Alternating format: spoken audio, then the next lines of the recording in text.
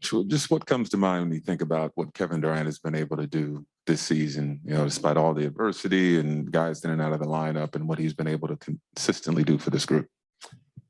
Kevin's, he's just incredible. I mean, his level of play is insane. I mean, just the efficiency, the leading the league in scoring with as few shots as it takes for him to do so is incredible in its own right. But I think just some of the nights he's had to close games down the stretch, to defend at the rate he's defended at, he put it all together, and it's been just an incredible start to the season. What's your expectations and plan for Langston Galloway? Well, we'll see. It's tricky. Without shoot around, because of COVID, we're not having shoot around. We're going to meet right before the game and go over the game plan. And so, we very quick introduction, and let's see if we get a chance to use him and, see what type of shape he's in and how he fits with the group. But it really is going in blind. Greg Logan.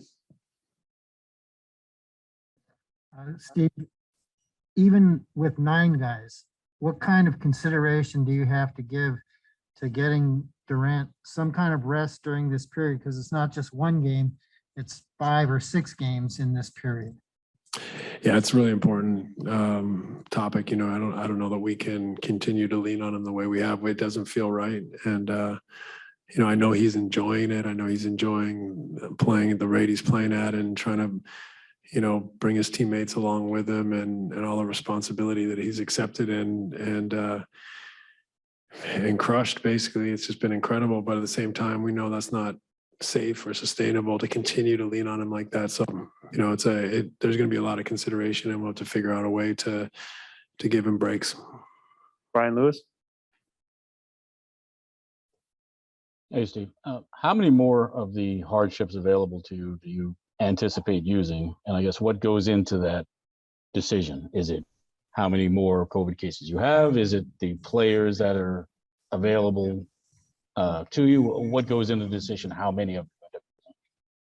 I mean, I think it's about how many players do we have? How many able bodies are we able to roll out there? So those are discussions that we will be ongoing, and it's a lot of it is a front office question, but we will definitely discuss it and trying to figure this period out as we go through this stretch. Alex Schiffer. Steve, kind of going off that with the navigating of all this, is it harder to prepare for an opposing team right now based on what is who's going to be available for them and how that could change at any moment, or is it harder on your end with your own personnel? I think we always lean a little bit towards ourselves, trying to make sure we're prepared and that we're growing, we're getting better, we're improving, we're working at the things that we need to address. So, I think it's always about your team more so. So I would say it's more troubling to have to adjust to who's available in your locker room than the other teams. Tim Bontemps. Steve, how much of I know you obviously are not in control of what's going on with COVID or on your team in particular, but how much of a sense of relief was it to just get through the past, I'm not trying to jinx you, but to get through the past couple of days since Tuesday without any more positive tests and kind of just being able to have the same group again for tonight's game? Yeah, it's important. I mean, the question is, we're above the threshold, so to speak, which is positive. At the same time, we're barely above the threshold. So what toll does that take on our players? So, is it better to be over the threshold and to not be playing until you have a healthy roster? Or is it better to, have enough to play, but to be shorthanded, and the burden and the toll that takes on these guys, and knowing that you're going to have guys coming back who haven't been able to practice or play basketball. So it is definitely tricky to navigate. Christian Winfield. Hey, Coach, what's the testing procedure like? I know last game, I think James and Bruce didn't get ruled out until an hour before tip-off. Is that the same tonight? Like, is there still a bit of uncertainty as to whether this game is going to happen because you still have to have tests rolling in, or do you know everybody's status already? We'll be testing in the morning, so the results come in the late afternoon, evening. So that was the results that we were waiting on. So I assume all the results from this morning are in, but I'm not positive. Yeah, when you have an emergency and you're kind of forced to throw in some guys that don't play that much, it's not uncommon that they give you like a good production. I guess the challenge is to sustain that kind of production. Do you agree? And did you talk about that?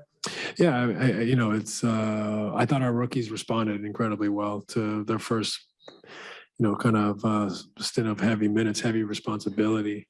But you're right. It is. One night can be aided by that energy of getting your opportunity, but to sustain it and for the other team to prepare for you in that way, it makes it more challenging every night as you go. And so it is something that we'll have to watch and see how they respond. But the most important thing is that they play with confidence. They play with a certain amount of freedom, and at the same time are just playing really hard. When you're a young player, you can make up for a lot of your mistakes or inexperience by playing really hard, having a ton of energy and just having that will. But when we're playing as many games as we are, and they're playing as many minutes as they are, that's another consideration for sustaining that effort as well. Steve, coaches talk all the time about guys who don't get a lot of playing time taking advantage of their opportunity. What impressed you specifically about both Edwards and Duke and what they gave you the other night?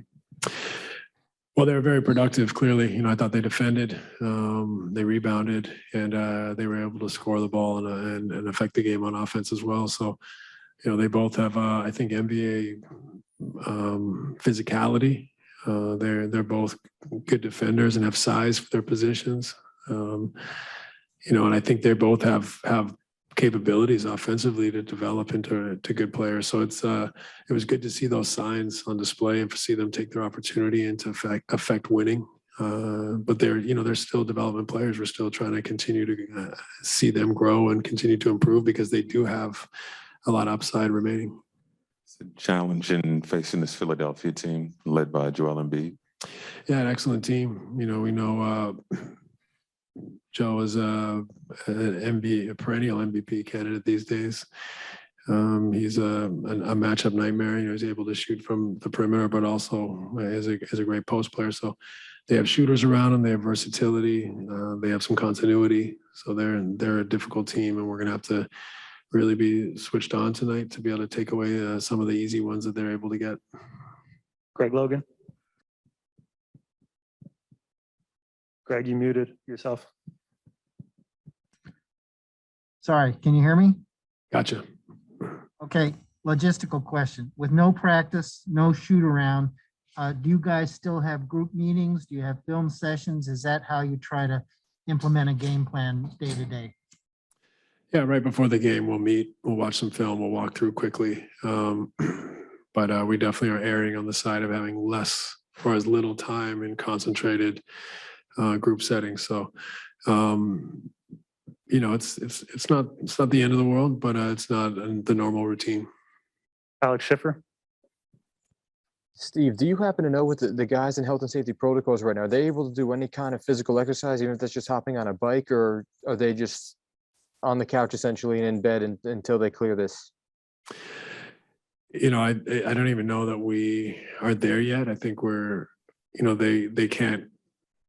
I don't believe they can go into any facility in New York, but they can work out at home if they don't have symptoms. But as far as I don't know what type of equipment or space they have in their homes or apartments or whatever it may be. But as this period drags on, we'll have to obviously start to get them back to moving and getting themselves prepared to return to play.